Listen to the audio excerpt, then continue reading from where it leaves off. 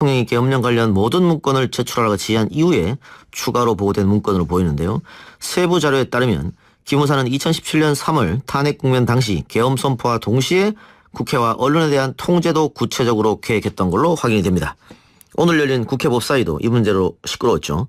법사위 출석한 송영무 국방부 장관, 문건 작성이 통상적이지 않다. 문건을 작성해서는 안 될 부대가 왜 문건을 작성했는지에 초점을 맞춰서 근본적으로 개혁하겠다. 이런 말을 하기도 했는데 국회 법사위 소속 더불어민주당 박주민 의원과 조금 더 자세한 이야기 나눠보도록 하겠습니다. 의원님 나와 계십니까? 네, 안녕하십니까. 예. 자, 오늘 청와대가 기무사 계엄령 검토 세부 자료를 공개했는데 계엄군의 배치, 또 포고문, 계엄 사령관을 누구로 할 것인지 여기에 더불어서 언론 통제에 이르기까지 민주주의 국가에서는 상식적으로 이해되지 않는 대목들이 좀 많이 보입니다. 네. 그래서 사실은 오전 같은 경우에 자유한국당 의원님들이, 이 검토가 그런 어떤, 내란이라든지 이런 것과 관련된 거라고 볼 수 있겠느냐라고 하시다가, 구체적인 67쪽에 세부 검토 관련된 문건이 오후에 공개되니까 이제 말씀들을 좀 바꾸는 그런 모습을 볼 수 있습니다. 예, 특히 언론 통제 부분입니다. YTN 포함해서 22개 방송, 또 신문매체 포함해서 26개 언론사, 또 연합뉴스, 동아닷컴 등 통신사, 인터넷 신문사에 대해서 통제 요원을 편성해서 보도 통제를 한다. 6, 70년대 혹은 80년대 군사 쿠데타 때나 볼 수 있는 그런 일 같은데요. 이 보도를 보고 어떻게 생각 드셨습니까? 사실은 이제 비상계엄의 경우에 이제 언론에 대해서 특별한 조치를 할 수는 있어요. 있지만 할 수 있다는 것이 해야 된다는 게 아닙니다. 예, 그럼요. 그런데 이런 부분에 있어서 굉장히 어떻게 보면은 미리 굉장히 과도하게 또 사실 그 당시 상황이 촛불 집회가 굉장히 평화롭게 진행되고 있었지 않습니까? 예. 군투입 자체가 아예 필요 없었는데도 군투입도 고민하고 그다음에 그것을 더 넘어서 언론까지 통제하겠다는 생각을 했다는 것은 이것은 다른 목적이 있는 것 아닌가라고 의심하기 충분하다고 생각합니다. 예. 방금 말씀하신 것처럼 당시 촛불 집회가 굉장히 평화적으로 집회가 이루어졌기 때문에 세계적으로도 극찬받았잖아요. 맞습니다. 예. 그리고 결국 시위를 통제하는 것은 경찰이 하는 건데 네. 군대를 편성해서 하겠다고 하는 것은 엄청나게 좀 놀라운 일인데 여기 세부자를 보면 또 국회에 대한 대책도 있거든요. 네네네. 이 야당 의원 체포 이런 건 뭡니까? 이게 이제 어떻게 보면 가장 충격적인 부분이에요. 예. 계엄이 선포됐을 때 그거를 통제할 수 있도록 헌법에 국회에다가 권한을 두는 내용들이 나옵니다. 예. 즉 국회가 제적 과반수 이상으로 계엄 해제를 요구하면 즉시 계엄을 풀어야 돼요. 근데 그런 상황이 올까봐 그런 상황을 막아야 된다라고 얘기하면서 이제 두 가지를 주문하고 있는 거예요. 첫 번째는 아예 이제 그 당시 여당인 자유한국당은 표결에 들어가지 못하도록 하자. 이렇게 하는 내용 하나하고 두 번째는 그래도 이제 제적 과반수가 넘지 않습니까? 자유한국당이 그 당시 90명 정도밖에 안 됐거든요. 예. 그러니까 나머지 한 50명에서 60명 가까운 야당, 그 당시 야당, 더불어민주당, 바른미래당 이런 정당들의 의원들의 발을 묶어야만 계엄 해제 요구를 못 한다는 거예요. 그래서 집회 금지 및 반정부 정치활동 금지 포고령을 내린 다음에 예. 이걸 위반했다는 혐의로 현행범 체포를 하겠다는 거예요. 국회의원들을. 그 내용이 나와 있는 거죠. 예. 이게 이런 거네요. 계엄을 하더라도 국회에서 하지 마라 그러면 못 하니까 네. 또 당시가 여소야대였지 않습니까? 그러니까 그렇죠. 야당 의원들이 계엄 풀어라 그러면 풀 수밖에 없으니까 야당 의원들 발을 묶게 하는 방법 그 중에 하나가 야당 의원 체포라는 것이죠. 그렇죠. 그렇죠. 이 국민들이 뽑은 국회의원인데. 그렇죠. 이건 거의 60년대도 상상하기가 어려운 것들을 상상한 거예요. 예. 그래요. 그리고 계엄 문건을 이게 종합해 보면 네. 저는 이 단순 검토도 말이 안 된다고 보는데 네. 어쨌든 문건이 있기 때문에 이제 검토냐 혹은 실행을 염두에 둔 문건이냐 이걸로 지금 여야가 조금 논쟁을 벌이는 것 같습니다. 네. 지금 여당은 그러면 이게 실행을 염두에 둔 문건이었다 이렇게 보시는 겁니까? 그렇습니다. 왜냐하면 이제 전시기업 및 합수 업무 수행 방안이라는 이제 문건의 본문에 해당하는 부분에 보면요. 예. 시행 준비 미비점 보완이라고 되어 있고요. 그다음에 그 기한을 박근혜 전 대통령에 대한 탄핵 선고 시점까지라고 되어 있어요. 그러니까 시행 준비 미비점 보완이라고 하는 단어가 뭘까요? 이거 단순히 문건인데 그때까지 얼마 안 남은 상황에서 그때까지 그냥 뭔가를 해보자라는 걸 단순하게 문건에 남겼다는 건 아무 의미가 없는 거고, 뭔가 시행 준비를 하고 있고 그 위임점들을 보완해 나가고 있었기 때문에 며칠 안 남은 박근혜 전 대통령 탄핵 선고 때까지 다 보완하자, 이런 식의 내용이 담겼을 가능성이 있다는 것이죠. 그리고 또 뭐냐면 오늘 공개된 그 세부 자료에 보면요, 아예 계엄이 선포되면 사용하려고 했던 계엄 포고문부터 시작해서 각종 소위 양식들 다 만들어놨어요. 그러니까 이거는 언제든지 바로 고할 수 있는 형태로 다 해놨다는 거죠. 예. 그냥 단순하게 검토면 왜 포고문까지 다 만들어 놓습니까? 그건 전혀 필요 없는 거거든요. 예. 예. 그리고 오늘 그 송영무 장관한테 직접 또 여러 가지를 박주민 의원이 물었던 걸로 알고 있는데, 네. 이거 물은 것 같습니다. 국정원장에게 계엄 사령관의 지휘 통제에 따르도록 지시하는 국정원 통제 내용도 포함되어 있는데, 계엄 사령관의 합참 의장이 아닌 육군 참모총장을 추천한 것은 왜 그렇게 돼 있느냐? 그러니까 보통의 계엄 매뉴얼은 합참 의장인데 이걸 육참 총장으로 바꿨단 말이죠. 기무사 문건이. 예. 송 장관이 뭐라고 답했습니까? 그러니까 자기네들도 이런 부분은 이제 조사해 봐야 된다는 취지로 답변했죠. 왜냐면은 이상한 것이 매뉴얼도 그렇고 일반적인 상식으로도 합참 의장이 하면 돼요. 예. 근데 이걸 굳이 육참위해야 된다고 하면서 육참위해야 되는 할 수 있도록 만드는 구체적인 내용까지 적시돼 있고. 근데 신기한 게 그렇게 선정될 계엄사령관에게 막대한 권한을 주는 내용이 돼 있어요. 그러니까 예. 국정원으로 하여금 계엄사령관의 말을 듣도록 하게 하겠다는 내용이 들어가 있는 거예요. 예. 그러니까 이 얘기는 제가 봤을 때는 자기네들이 봐도 이 계엄을 검토하는 내용이 과도하다는 거죠. 과도하다라는 인식이 있었다는 거죠. 그렇기 때문에 자기들하고 좀 더 말이 되는 사람이 계엄사령관을 해야 된다는 거죠. 그러면 이렇게 봐도 됩니까? 그 당시 기무사 사령관이 육참 총장 쪽하고 더 가까웠다 이렇게 보면 되나요? 제 추측이죠. 아하, 그렇지 않고서는 굳이 매뉴얼과 달리 육참 꼭 해야 된다고 강조를 할 필요 없겠죠. 예. 그래서 이제 육참을 하게 만든 다음에 또 육참에다가 엄청나게 많은 권한을 주는 내용이 있어서 이거는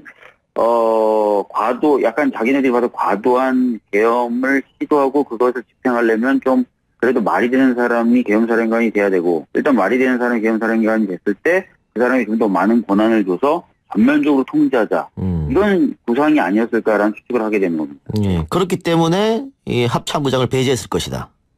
네. 예. 실제로 그냥 육군참모총장은 당연히 육사 출신이지만요. 그 당시에 합참 의장은 3사관 학교 출신이에요. 개연성은 아예 없지는 않네요. 예, 그리고 기무사령관은 육군 출신입니다. 그러니까 이제 어떻게 보면은 그런 유대관계에 대한 의심이 더 드는 거죠. 예. 그런데 오늘 야당 의원들, 특히 자유한국당 의원들은요, 이 문건 어디에도 국가 전복 내용은 없는데 결국 여당이 이걸 적폐청산으로 몰아가는 것 아니냐, 결국은 정치 어떤 권력을 이용해서 이런 이야기를 많이 한 것 같습니다. 거기에 대해서는 이건 아까 말씀드렸듯이 오전에 그런 발언을 하셨다가 오전에 오후에 이제 이 세부 자료가 공개된 뒤로는 그런 말씀들은 안 하시고 말씀이 이제 바뀌셨죠. 그래서 오전에 이제 이렇게 얘기를 한 겁니다. 예. 그러면 오전에 이렇게 얘기했다가 그 청와대에서 김우겸 대변인이 세부 문건을 공개하니까 그때는 말이 없어진 겁니까? 그러니까 이 내용에 대한 지적보다는 이 문건 공개 과정, 그다음에 송영무 장관과 청와대 사이의 어떤 보고의 적실성, 이런 부분으로 이제 주로 야당 의원들은 주제로 옮겨서 질문들을 많이 했죠. 예, 프레임을 바꿨다 이렇게 볼 수 있겠는데. 네네. 그런데 어쨌든 이 오늘 청와대 대변인이 얘기한 자료를 보면 어마무시하거든요. 그러면 송영무 장관은 기무사 문건을 처음 보고받은 3월 달에 오늘 발표한 내용의 문건은 받지 못했을까? 안 그러면 왜 이거를 3개월 동안 방치를 했을까? 이렇게 얘기하면서 그 송 장관의 어떤 사퇴 요구는 당연히 있을 수 있을 것 같은데요. 사실 그 논쟁이야 이제 이 기무사 문건이 논란의 중심에 서면서부터 계속 있어왔던 것이지만 송영무 장관은 지금까지도 계속 자신이 이제 지방선거를 앞두고 정치적인 의심을 살 수 있는 행동들을 자제해야 된다는 정무적 판단을 했고, 그 판단에 기해서 이런 행동을 했다라고 지금 얘기를 하고 있는 거거든요. 예. 그래서 실제로 이게 이제 그런 어떤 판단에 의한 것인지 아니면 고의나 과실에 의한 보고 누락인지 이런 부분은 좀 더 조사돼 봐야 될 것 같습니다. 예. 그리고 지금 얘기 나오는 걸 보면 당시 기무사 사령관이 본인이 직접 이 문건을 만들었다 이렇게 얘기하고 있지 않습니까 지금? 네네네. 근데 그거를 뭐 순수하게 믿을 수 있을지는 모르겠는데 일단 여당에서는 어떻게 보고 있습니까? 어느 선까지 보고가 됐다고 혹은 누가 지시를 했다고 보고 있습니까? 아까도 제가 말씀드렸지만 대통령으로 하여금 국정원장에게 계엄사령관의 지시에 따르도록 하도록 명령을 해야 된다. 뭐 그런 문구들이 다 들어가 있는 거예요. 예. 그리고 이제 그 계엄사령관은 합참의장이 아니라 육참의장 본부장이 해야 된다. 이런 식의 내용이 들어가 있는 거예요. 예. 그거를 기무사령관이 할 수 있을까요? 자기 혼자? 알겠습니다. 대답 갈문히 하도록 하고요. 예. 지금 또 원래 사실은 이 문건이 등장했을 때 화두는 기무사 개혁 아니었겠습니까? 네. 뭐 이제 뭐 기무사 존폐 이야기까지 나오고 있는 실정인데 세월호 유족들 또 사찰하고 이런 것도 같이 함께해서 말이죠. 기무사 개혁은 어떻게 가능하다고 보십니까?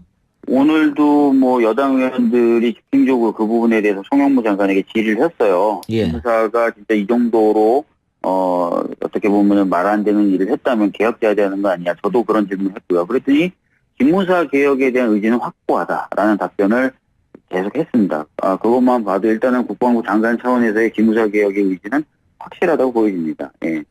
알겠습니다. 결과 바라겠습니다. 네, 감사합니다. 네, 오늘 말씀 여기까지 듣겠습니다. 예.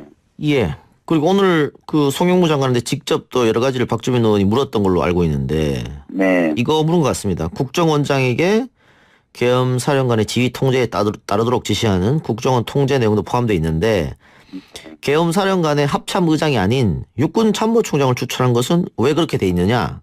그러니까 보통의 계엄 매뉴얼은 합참 의장인데 이걸 육참 총장으로 바꿨단 말이죠. 기무사 문건이. 예. 송 장관이 뭐라고 답했습니까? 그러니까 자기네들도 이런 부분은 이제 조사해 봐야 된다는 취지로 답변했죠. 왜냐면은 이상한 것이 매뉴얼도 그렇고 일반적인 상식으로도 합참 의장이 하면 돼요. 예.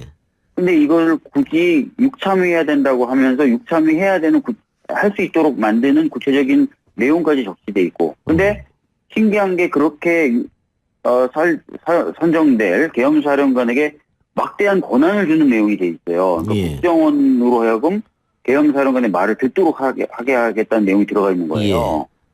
그러니까 이 얘기는 제가 봤을 때는 자기네들이 봐도 이 계엄을 검토하는 내용이 과도하다는 거죠. 과도하다라는 인식이 있었다는 거죠. 그렇기 때문에 자기들하고 좀 더 말이 되는 사람이 계엄사령관을 해야 된다는 거죠. 그러면 이렇게 봐도 됩니까? 그 당시 기무사 사령관이 육참 총장 쪽하고 더 가까웠다 이렇게 보면 되나요? 제 추측이죠. 아하, 그렇지 않고서는 굳이 매뉴얼과 달리 육참 꼭 해야 된다고 강조를 할 필요 없겠죠. 예. 그래서 이제 육참을 하게 만든 다음에 또 육참에다가 엄청나게 많은 권한을 주는 내용이 있어서 이거는 약간 자기네들이 봐도 과도한 계엄을 시도하고 그것을 집행하려면 좀 그래도 말이 되는 사람이 계엄사령관이 돼야 되고 일단 말이 되는 사람이 계엄사령관이 됐을 때 하지 마라 그러면 못하니까 또 당시가 여소야대였지 않습니까? 그러니까 그렇죠. 야당 의원들이 계엄 풀어라 그러면 풀 수밖에 없으니까 야당 의원들 발을 묶게 하는 방법 그중에 하나가 야당 의원 체포라는 것이죠. 그렇죠. 이 국민들이 뽑은 국회의원인데 그렇죠. 이건 거의 뭐 60년대도 상상하기가 어려운 것들을 상상한 거예요. 네. 그래요. 그리고 계엄 문건을 이게 종합해 보면 네. 저는 이 단순 검토도 말이 안 된다고 보는데 네. 어쨌든 문건이 있기 때문에 이제 검토냐 혹은 실행을 염두에 둔 문건이냐 이걸로 지금 여야가 조금 논쟁을 벌이는 것 같습니다. 네. 지금 여당은 그러면 이게 실행을 염두에 둔 문건이었다 이렇게 보시는 겁니까? 그렇습니다.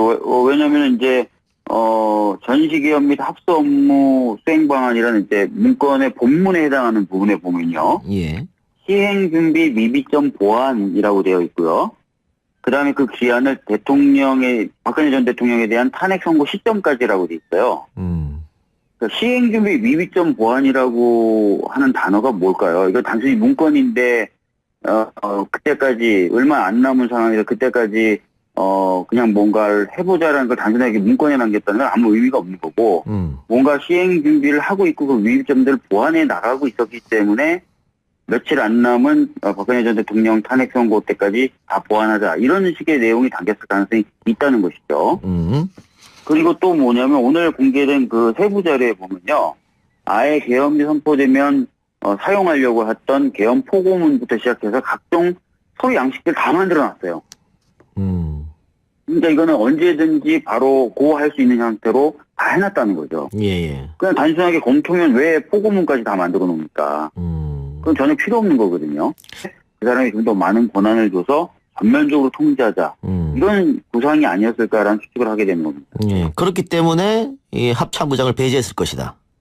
네. 예. 실제로 그당 육군참모총장은 당연히 육사 출신이지만요. 그 당시에 합참의장은 3사관 학교 출신이에요. 개연성은 아예 없지는 않네요. 예, 그리고 기무사령관은 육군 출신입니다. 그러니까 이제 어떻게 보면은 그런 유대관계에 대한 의심이 더 드는 거죠. 예.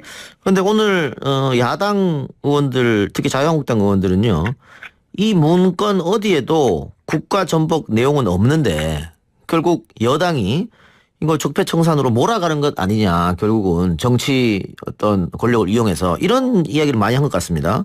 거기에 대해서는 이건 아까 말씀드렸듯이 오전에 그런 발언을 하셨다가 오전에 오후에 이제 이 세부 자료가 공개된 뒤로는 그런 말씀들은 안 하시고 말씀이 이제 바뀌셨죠. 그래서 오전에 이제 이렇게 얘기를 한 겁니다. 예. 그러면 오전에 이렇게 얘기했다가 그 청와대에서 김우겸 대변인이 세부 문건을 공개하니까 그때는 말이 없어진 겁니까? 그러니까 이 내용에 대한 지적보다는 이 문건 공개 과정, 그다음에 송영무 장관과 청와대 사이의 어떤 보고의 적실성, 이런 부분으로 이제 주로 야당 의원들은 그 주제로 옮겨서 질문들을 많이 했습니다. 예, 프레임을 바꿨다 이렇게 볼 수 있겠는데. 네네. 그런데 어쨌든 이 오늘 청와대 대변인이 얘기한 자료를 보면 어마무시하거든요. 그러면 네. 송영무 장관은 기무사 문건을 처음 보고받은 3월 달에 오늘 발표한 내용의 문건은 받지 못했을까? 안 그러면 왜 이거를 3개월 동안 방치를 했을까? 이렇게 얘기하면서 그 송 장관의 어떤 사퇴 요구는 당연히 있을 수 있을 통행이 계엄령 관련 모든 문건을 제출하라고 지시한 이후에 추가로 보고된 문건으로 보이는데요. 세부 자료에 따르면 기무사는 2017년 3월 탄핵 국면 당시 계엄 선포와 동시에 국회와 언론에 대한 통제도 구체적으로 계획했던 걸로 확인이 됩니다. 오늘 열린 국회 법사위도 이 문제로 시끄러웠죠. 법사위 출석한 송영무 국방부 장관, 문건 작성이 통상적이지 않다. 문건을 작성해서는 안 될 부대가 왜 문건을 작성했는지에 초점을 맞춰서 근본적으로 개혁하겠다. 이런 말을 하기도 했는데 국회 법사위 소속 더불어민주당 박주민 의원과 조금 더 자세한 이야기 나눠보도록 하겠습니다. 의원님 나와 계십니까? 네, 안녕하십니까. 예. 자, 오늘 청와대가 기무사 계엄령 검토 세부 자료를 공개했는데 계엄군의 배치, 또 포고문, 계엄 사령관을 누구로 할 것인지 여기에 더불어서 언론 통제에 이르기까지 민주주의 국가에서는 상식적으로 이해되지 않는 대목들이 좀 많이 보입니다. 네. 그래서 사실은 오전 같은 경우에 자유한국당 의원님들이 이 검토가 그런 어떤 내란이라든지 이런 것과 관련된 거라고 볼 수 있겠느냐라고 하시다가 구체적인 67쪽에 세부 검토 관련된 문건이 오후에 공개되니까 이제 말씀들을 좀 바꾸는 그런 모습을 볼 수 있습니다. 예, 특히 언론 통제 부분입니다. YTN 포함해서 22개 방송, 또 신문매체 포함해서 26개 언론사, 또 연합뉴스, 동아닷컴 등 통신사, 인터넷 신문사에 대해서 통제 요원을 편성해서 보도 통제를 한다. 60, 70년대 혹은 80년대 군사 쿠데타 때나 볼 수 있는 그런 일 같은데요. 이 보도를 보고 어떻게 생각 드셨습니까? 사실은 이제 비상계엄의 경우에 이제 언론에 대해서 특별한 조치를 할 수는 있어요. 있지만 할 수 있다는 것이 해야 된다는 게 아닙니다. 예, 그럼요. 그런데 이런 부분에 있어서 굉장히 어떻게 보면은 미리 굉장히 과도하게, 또 사실 그 당시 상황이 촛불 집회가 굉장히 평화롭게 진행되고 있었지 않습니까? 예. 군투입 자체가 아예 필요 없었는데도 군투입도 고민하고, 그다음에 그것을 더 넘어서 언론까지 통제하겠다는 생각을 했다는 것은 이것은 다른 목적이 있는 것 아닌가라고 의심하기 충분하다고 생각합니다. 예. 방금 말씀하신 것처럼 당시 촛불 집회가 굉장히 평화적으로 집회가 이루어졌기 때문에 세계적으로도 극찬받았잖아요. 맞습니다. 예. 그리고 결국 시위를 통제하는 것은 경찰이 하는 건데 네. 군대를 편성해서 하겠다고 하는 것은 뭐 엄청나게 좀 놀라운 일인데 여기 세부 자료를 보면 또 국회에 대한 대책도 있거든요. 네네네. 이 뭐 야당 의원 체포 이런 건 뭡니까? 이게 이제 어떻게 보면 가장 충격적인 부분인데요. 예, 예. 계엄이 선포됐을 때 그걸 통제할 수 있도록 헌법에 국회에다가 권한을 두는 내용들이 나옵니다. 예. 즉 국회가 제적 과반수 이상으로 계엄 해제를 요구하면 즉시 계엄을 풀어야 돼요. 근데 그런 상황이 올까봐 그런 상황을 막아야 된다라고 얘기하면서 이제 두 가지를 주문하고 있는 거예요. 첫 번째는 아예 이제 그 당시 여당인 자유한국당은 표결에 들어가지 못하도록 하자. 이렇게 하는 내용 하나 하고, 두 번째는 그래도 이제 제적 과반수가 넘지 않습니까? 자유한국당이 그 당시 90명 정도밖에 안 됐거든요. 예. 그러니까 나머지 한 50명에서 60명 가까운 야당, 그 당시 야당, 뭐 더불어민주당, 뭐 바른미래당 이런 정당들의 의원들의 발을 묶어야만 계엄 해제 요구를 못 한다는 거예요. 그래서 집회 금지 및 반정부 정치활동 금지 포고령을 내린 다음에 예. 이걸 위반했다는 혐의로 현행범 체포를 하겠다는 거예요. 국회의원들을. 그 내용이 나와 있는 거죠. 예. 이게 그럼 뭐 이런 거네요. 그 계엄을 하더라도 국회에서